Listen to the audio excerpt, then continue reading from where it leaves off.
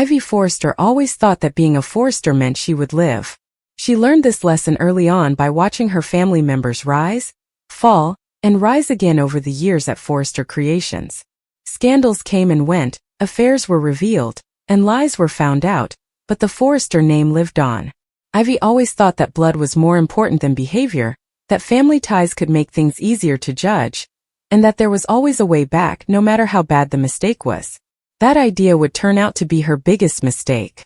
At one point, her ambition was admirable. Ivy came to Los Angeles ready to show that she was more than just a Forrester by birth. She was also a designer with her own voice. She worked long hours, drew all the time, and fought for recognition in a place where comparison and competition were the norm. For a while she did well. People liked her designs, noticed her ideas, and her confidence grew. But like so many times at Forrester Creations, ambition slowly turned into entitlement, and entitlement into justification. Ivy thought the first line she crossed was small. A change to the design here. A suggestion over there. She told herself that inspiration was always changing, and that the best ideas belonged to the people who carried them out. She didn't mind when her work started to sound like ideas that weren't completely her own. Everyone borrowed. Everyone changed. That was style. That was how to stay alive. Winning was the most important thing. Winning was all that mattered. There was no let-up in the pressure at Forrester Creations. The company wasn't just a fashion house. It was a battlefield shaped by history. The Forrester name was on every collection, and every designer was compared to ghosts of great work. Ivy always felt like she was in the shadow of others, especially those who seemed to have no trouble succeeding. Resentment crept in quietly, telling her that she deserved more, that she had been ignored for too long, and that the world should recognize her. That anger turned into something dangerous. Ivy told herself that taking credit for work that wasn't hers was only temporary. She said it was necessary to change stories to protect her job. She told herself that the people who paid the price for her actions would get better. She never thought that Forrester Creations, a company based on family loyalty, would finally choose honesty over family ties. The truth came out slowly, which was common in that building. It started with small inconsistencies that were easy to ignore but hard to ignore. The sketch timelines didn't match up. The fabric orders didn't match up with what Ivy said. Once patterns started to show up, they were impossible to ignore. The walls that had always kept her safe suddenly seemed thinner. Ivy felt the change before it was made public. People stopped talking when she walked into a room. Meetings felt colder and more formal. Trust, the unspoken currency of Forrester Creations, was slipping through her fingers. She tried to get back in charge the only way she knew how, by doubling down. She fought back hard, called concerns jealousy, and called criticism persecution. In doing so, she pushed away the people who might have fought for her. When the fight finally happened, it wasn't as dramatic as Ivy thought it would be. There were no loud voices or angry accusations. There was instead quiet disappointment, which hurt much more. The leaders laid out the facts clearly, not in an angry way. Ivy couldn't change the story that each piece told. Each fact took away another layer of denial. Ivy had to listen instead of argue for the first time. They talked about trust and how it changed everything when it was broken. They talked about being responsible, not just to the company but also to the people whose jobs depended on being honest. They talked about legacy not as a shield but as a standard. They reminded her that being a Forrester meant that more was expected of her, not less. Ivy tried to make sense of herself. She talked about stress, insecurity, and how she felt like an outsider in a company that had her name on it. Some of what she said was right. Forrester Creations has never been nice to people who are vulnerable. But truth loses its power when it is spoken too late. The choice had already been made. Ivy Forrester had to quit Forrester Creations. The words hit her with a finality she had never felt before. It wasn't just about losing a job when they left. It meant losing who you are, what you want to do, and the idea that things will always be the same. Forrester Creations had been her home, her anchor, and her battlefield. She was free without it. She thought that people would be angry, and that family members would storm in to defend her and alliances would shift in her favor. But none showed up. The silence that came after she was fired was worse than any argument. People were worn out. Sick of picking up after others. I'm sick of having to explain things that don't make sense. tired of seeing talented people get ruined by their egos. It was strange to pack up her office. Every drawing she had pinned to the wall made her feel like she was living in the past. Every piece of fabric made her think of something she used to love before competition changed it. Ivy then understood that her biggest loss wasn't the business. It was herself. At some point, she had given up her creativity for control and her honesty for an advantage. Ivy felt the weight of the consequences fully settle in as she walked out of the building for the last time. There was no big exit or last-minute change of heart. Just a quiet understanding that actions, no matter how good they seemed at the time, will always need to be explained. The world outside went on as if nothing had changed. Cars went by. People laughed. The business went on. Ivy stood there, terrified by the fact that the Forrester name couldn't protect her forever. Now that she was no longer privileged and protected, she would have to stand on her own. Ivy had a hard time being alone in the weeks that followed. There were no answers to calls. When her reputation got ahead of her, she lost all her chances. The fashion world, which seemed so glamorous, had a long memory and didn't like scandal very much. Ivy tasted the bitterness she had given to other people. But something unexpected started to grow in that bitterness. Thinking. Ivy had to sit with her choices because there was no competition noise. She thought back on times when she had rushed through small choices that ended up causing damage that couldn't be fixed. She admitted to being jealous, afraid, and ambitious, all of which she had tried to hide. Ivy didn't make excuses for herself this time. She took responsibility for what she had done. That ownership hurt. It broke down the stories she had made up to stay alive. But it also made things clear. Ivy started drawing again, not to get approval or power, but for herself. The designs were rough, not perfect, and real. They showed loss, regret, and strength. They made her remember why she had loved fashion in the first place. Yes, leaving Forrester Creations was a punishment, but it was also a wake-up call.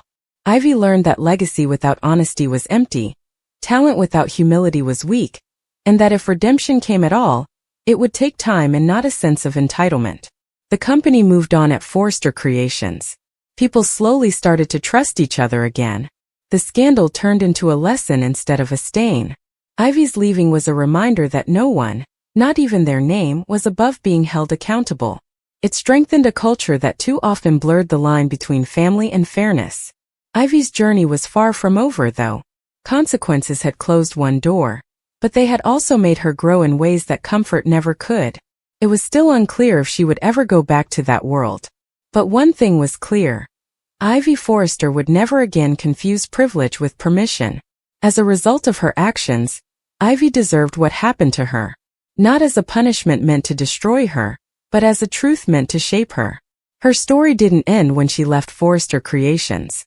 It was the time when it finally became real. The days after Ivy left Forrester Creations all seemed to blend together in a strange way.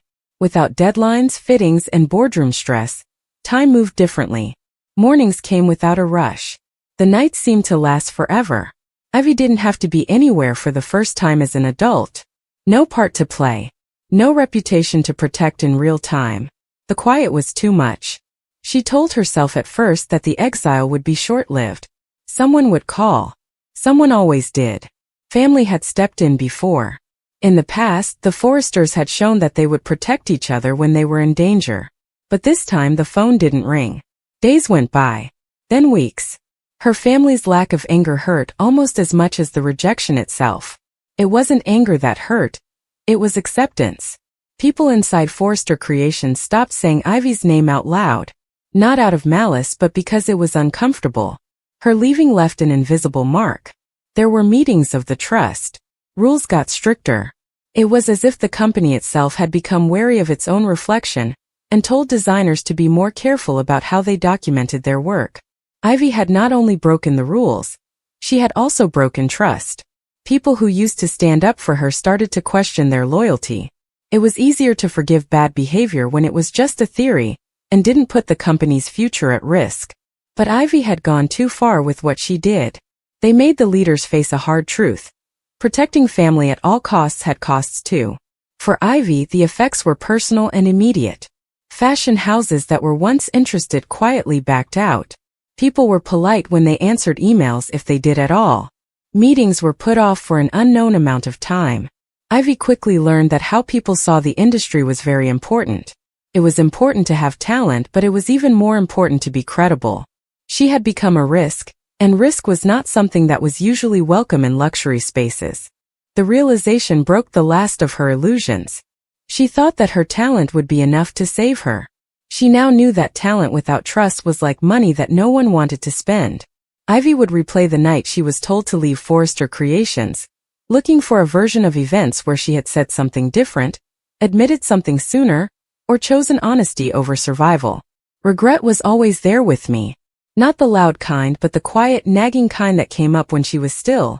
Like when she walked past a boutique window, flipped through old design books, or started drawing out of habit. She stayed away from the fashion scene in Los Angeles. The city seemed smaller now, and its beauty had turned into something cruel. Ivy moved away from the Forrester orbit and rented a small studio. It wasn't punishment, it was to protect myself. She needed to get away from the name that had once opened every door, and now closed them just as easily. Ivy faced a truth she had been avoiding for years. She had measured her worth only by how much other people liked her. By clapping. Because they are close to power. She didn't know who she was without those things. The punishment was harsh. She remembered things she had forgotten about at the time, like designers whose ideas she stole, assistants she ignored, and warnings she ignored. There was no mercy in each memory. Ivy started to see how her sense of entitlement had kept her from being responsible, and how being a Forrester had made her think she could change reality without breaking it. But reality always comes back. Something changed slowly. It didn't happen all at once, and it wasn't exciting or movie-like. It was little. Ivy started drawing again, but not collections or pieces that could be sold. Just bits and pieces. Lines that showed how I felt. Guilt turned into texture. Anger became a structure. Loss made her colors less bright. The work wasn't perfect, but it was honest in a way that her Forrester designs never were. She wasn't making things to compete for the first time. She was making things to learn more about herself. The leaders of Forrester Creations had to deal with their own problems. Ivy's firing had set a standard that could not be changed. It made everyone remember that the Forrester name didn't mean they were safe. It meant they were responsible. Younger designers paid close attention. Some people felt better. Some people were scared. But everyone got the message. Legacy no longer meant safety. The fact that Ivy wasn't there also showed how deeply she was a part of the company's creative fabric. Some of her ideas, which were rightfully hers, had a big impact on recent successes. It was hard to separate her contributions from the controversy. It made people talk about credit, working together, and supervision in ways that made them uncomfortable. Forrester Creations became more careful, more thoughtful, and maybe a little less romantic about its own mythology. At the same time, Ivy had to make a choice she had never thought about before. Start over in a place that didn't care who she was.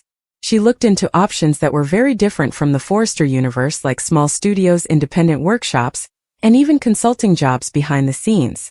Places where being anonymous was a good thing, not a bad thing. Every rejection hurt less than the one before it. Rejection turned into a lesson.